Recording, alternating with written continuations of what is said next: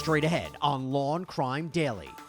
To lose someone so young and so vital is a tragedy in and of itself, but to have it happen in this way with a senseless act of violence, it's unimaginable. Days after she was abducted, a Memphis heiress and mother is found murdered. And the disappearance of Kiely Rodni. She's not in the driver's seat. It looks suspicious to me. Dive team video shows the moments rescue teams found the 16-year-old's body. Plus, this is going to turn into a circus of media outlets publishing salacious material that has absolutely nothing to do with guilt or innocence in this case.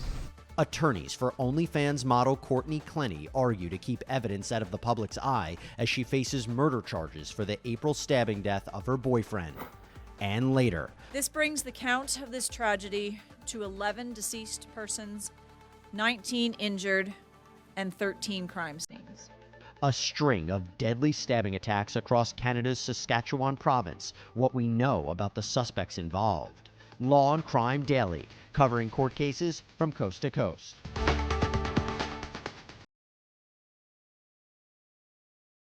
Welcome, everybody, to Law and Crime Daily. I'm Jesse Weber, in for Brian Buckmeyer. The body of a Memphis heiress, teacher, and mother of two is recovered just days after she was abducted while out for a run. Investigators say 34-year-old Eliza Fletcher was last seen alive on Friday, September 2nd, just after 4 o'clock in the morning. Officials say she was out for a run when she was forced into a black SUV and taken away. Officials used surveillance video to track down the driver of the vehicle, 38-year-old Cleotha Abston.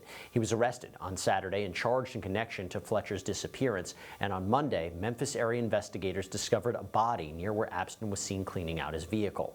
On Tuesday, investigators confirmed the body belonged to Fletcher. Right now, a cause of death has not been made public. At a press conference on Tuesday, officials announced Abston would face additional charges, including first-degree murder and especially aggravated kidnapping.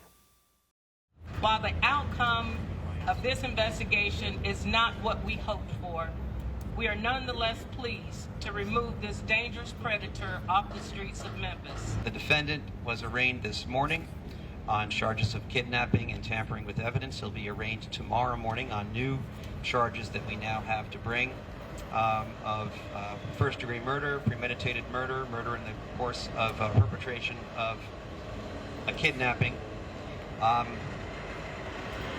Any kind of violence, of course, is unacceptable, but repeat violent offenders particularly deserve a strong response, and that's what they'll get from this district attorney's office. Joining us today is co-host Terry Austin and civil rights attorney Joe Richardson. It's good to see you both. Joe, you heard them talk about a repeat offender. We know that Abston was previously convicted of a kidnapping, and he served prison time until his release in 2018. So should that have served as a warning of what was to come here? Well, I think the word should assumes that there's something that they could have done to prevent this from happening. Now, if he had the right to be on the street after he finished his time, etc., I don't know that you can watch every criminal that's been released. Is it a surprise? Absolutely not. And it looks like the DNA, there seems to be a DNA connection, etc. There's apparently some eyewitness testimony that will probably come in terms of his location, and so the dots connect. It's a terrible, terrible tragedy, but we perhaps could have seen it coming, but could we as a society keep this necessarily from happening if the person had served his time? So that sounds like something that is more of a beginning of the story about the release of certain criminals, extent of prison time and some of those types of things. So it's not a surprise, but it's certainly a tragedy. Well, what we can say is, Terry, the authorities, they wasted no time finding the suspect. What resources did they use, and is that going to be able to be introduced as evidence at trial? Well, they had a plethora of resources here, and I think that's why they were able to catch the suspects so quickly. First of all, as we just talked about, there was surveillance video at the abduction site and also at the theater that he attended the day before. And there was a phone found in the street. There were a pair of sandals. There were DNA evidence. And the vehicle itself was found at the home where he was apparently staying, and the same license plate, the same damage on the vehicle. So I think all of that evidence is going to be admissible as long as we can, show a foundation and a chain of custody. It's just a remarkably sad end to what was a chilling story about this woman's disappearance, and we're going to continue to follow it here on the network. Switching now to the Pike County massacre, as opening statements are delayed as George Wagner IV stands trial on multiple counts of murder. Opening statements were scheduled for Monday, but were pushed due to the illness of a person involved with the trial. George Wagner IV faces 8 counts of aggravated murder in connection to the 2016 deaths of the Rodni and Kiely families. Prosecutors say that Angela Wagner, George Billy Wagner III, Edward Jake Wagner, and George Wagner IV killed 8 people in an effort to obtain sole custody of Jake's daughter. Jake and Angela already both confessed to planning the murders and are expected to testify against George Wagner IV. The defendant maintains, though, he didn't shoot anyone, but faces the death penalty if convicted. Opening statements are now slated to be presented on Monday, September 12th. And over in Florida, jurors have a week break from the Parkland school shooter penalty phase trial. Back in 2018, a then 19-year-old gunman opened fire at Marjorie Stoneman Douglas High School. 17 people were killed and 17 more were injured. In October of last year, the gunman pleaded guilty to all charges, and now a jury will decide whether he receives life in prison or the death penalty. Last week, Assistant Public Defender Melissa McNeil said she planned to file a motion to prohibit the state from seeking the death penalty and complained that Judge Elizabeth Schur didn't rule on prejudicial evidence. Judge Schur scheduled a hearing for Tuesday afternoon that was later canceled. Jurors are due back in court Monday, September 12th. Still ahead on Law&Crime Daily, we head to Florida for the evidentiary hearing of an OnlyFans model accused of murder. But first, the disappearance of 16-year-old Kiely Rodni. Why the dive team responsible for finding her body says her death seems suspicious.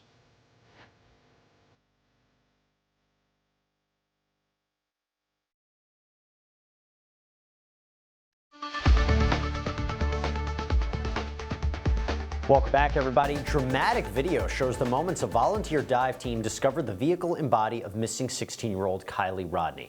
Rodni was reported missing in early August when she was last seen at a party near Lake Tahoe. She texted her mother that she would soon return home, but never arrived. Her 2013 Honda CR-V was also missing. Weeks later, the Oregon-based dive team Adventures with Purpose announced it found Rodni's body in the overturned SUV. California officials later confirmed the remains and vehicle belonged to Rodni. So far, cause of death hasn't been released, and the Nevada County Sheriff's Office says the investigation is still ongoing. Meanwhile, Adventures with Purpose released a YouTube video titled, quote, "How We Found Kiely Rodni, Murder or Accident?" The video shows the moments Rodni's body was discovered underwater and the unexpected location of her remains. Confirm. I see the vehicle and the license plate. We have just found Kiely's vehicle. Over. The vehicle is upside down. I repeat, it is upside down. I'm at the rear of the vehicle now. I have just confirmed there are human remains in the vehicle. Over. The passenger window is broken out. It appears rear driver's side window is halfway down. She's not in the driver's seat. It looks suspicious to me. Yeah, so Terry, Rodni's body was found in the backseat of the vehicle. Do you think that's enough evidence to turn an apparent accident into a possible crime here? I do, Jesse. It is very odd. Listen, when you have a motor vehicle accident, the first thing you think is that it's an accident. She was only 16 years old, so maybe she was inexperienced. But here you have her in the back seat of that car, the windows down or broken. And there was a roadside assistant. His name was Nick. He said he got a call from the 2 people. So apparently there was another person in the car, at least according to this roadside person. And they thought that they had trouble with the battery, and the roadside assistant said he thought it had something to do with the stick shift, but he basically said they both sounded uneasy. I think that's enough for the authorities to take this from the category of an accident and to start looking at it as though there might have been some foul play involved. Joe, we know the authorities weren't able to locate the car and the body for nearly 2 weeks, but this volunteer group found both of them right away. You have to ask, is this a claim for negligence in a way? Well, you have to be able to say that action or inaction by the police or whoever was searching for her, the authorities as it were, actually caused her damage. And I think that that's very, very caused damage. Unless you're talking about the difference between her living and dying, which we're pretty sure we're not talking about. The police look bad. because these other folks went and found her very quickly. But there's no breach of a duty that caused damage here. And so therefore, you certainly have some hurt feelings and some people that certainly feel a certain type of way about them not being found, particularly when the other group, volunteer group, found them very quickly. But it's not going to rise to the level of negligence as it pertains to the authorities that we're searching for. It's remarkable work that they do. It's just, I wish they didn't discover what they ultimately discovered. Moving over to Arizona, days ahead of the release of an in-depth Netflix docuseries on the so-called doomsday cult duo, Lori Vallow Daybell's only surviving son is arrested for alleged sex crimes. Colby Ryan faces 2 counts of domestic violence sexual assault over an incident with his estranged wife last week. She says after the two got together last Wednesday and were watching TV, Ryan pressured her into having sexual intercourse. She says after she told him to stop, he kept sexually assaulting her. Ryan's estranged wife contacted police 2 days later to report the incident, and Ryan admitted to the rape and sexual assault. He's currently being held on a $10,000 bond. Ryan is the son of Lori Vallow Daybell of the Doomsday Cult duo. She and her current husband, Chad Daybell, are awaiting trial for murder charges for allegedly killing Ryan's sister, Kiely Ryan, and Lori's other son, JJ. Ryan is known for being a voice on behalf of the children after they were killed and is heavily featured in the upcoming docuseries on Netflix, Sins of Our Mother.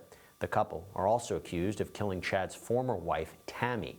The Daybells are set to go to trial together in January. Coming up on Law&Crime Daily, one of 2 suspects is found dead just days after a series of deadly stabbings in Canada. Plus, the defense for OnlyFans model Courtney Clenny wants to limit what evidence is made public to the media.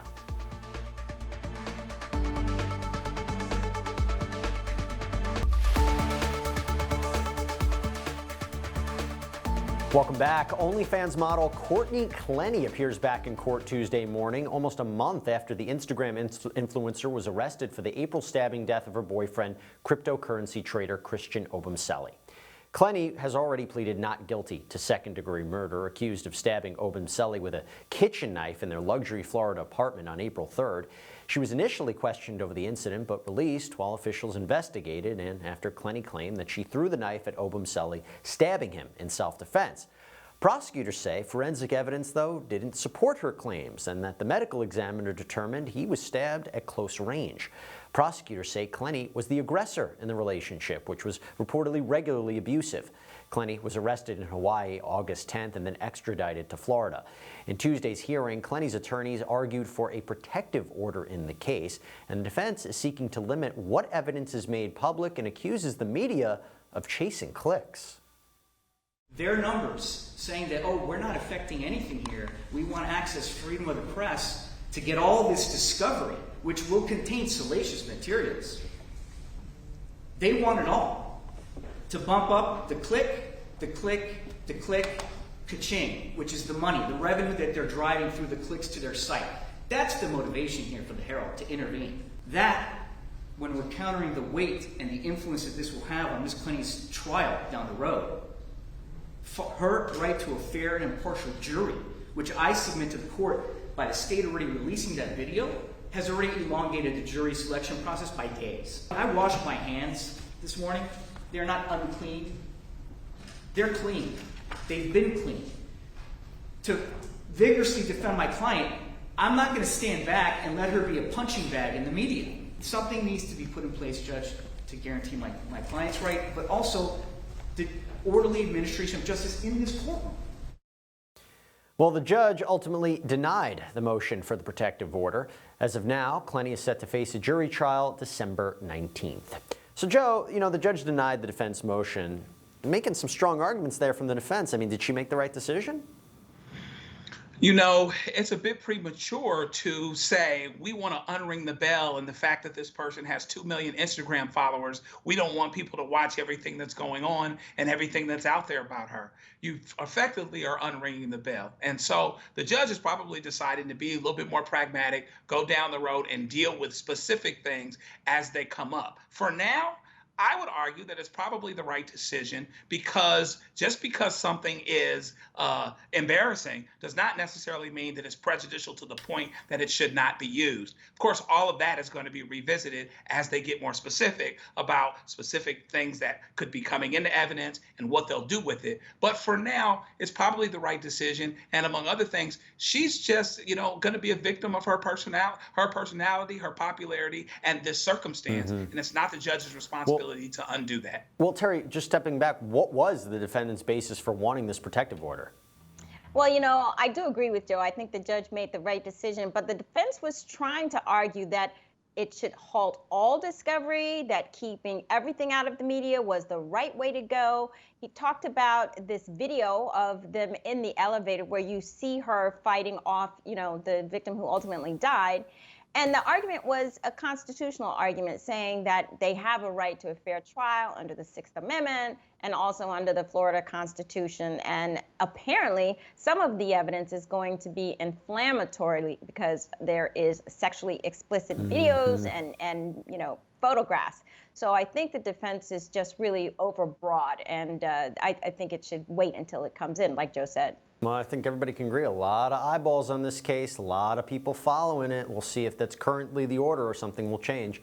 We move over now to a years-long lawsuit fight that may be over for a California man who sued over the cover art of rock band Nirvana's 31-year-old album Nevermind after a federal court dismissed the case. The lawsuit alleged that the naked baby on the cover of the 1991 album constituted child pornography. Now, the child in the photograph, now 31-year-old Spencer Eldon, sued the band over alleged commercial child sexual exploitation. His attorneys claimed in the original complaint filed last year that Eldon has suffered lifelong damages as a result of his involvement in the heavily viewed cover artwork.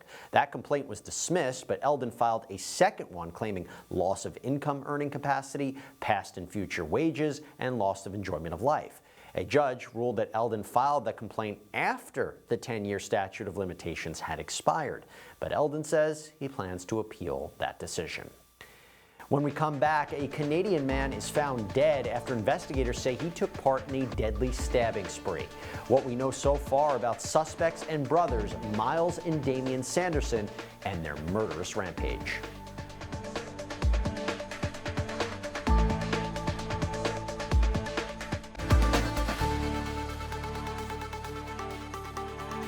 Welcome back. A weekend mass stabbing leads to a manhunt in the Canadian province of Saskatchewan. Officials say brothers Miles and Damian Sanderson are responsible for the stabbing deaths of 10 people and injuring at least 18 others in what appears to have been a partially random attack on Sunday morning. The stabbings happened across 13 different locations where at least 18 people were treated at local hospitals. Officials say some of the victims may have been targeted by the suspects, while others were attacked at random. The identities of those who have been killed have not been released, but investigators say none of them were infants or children.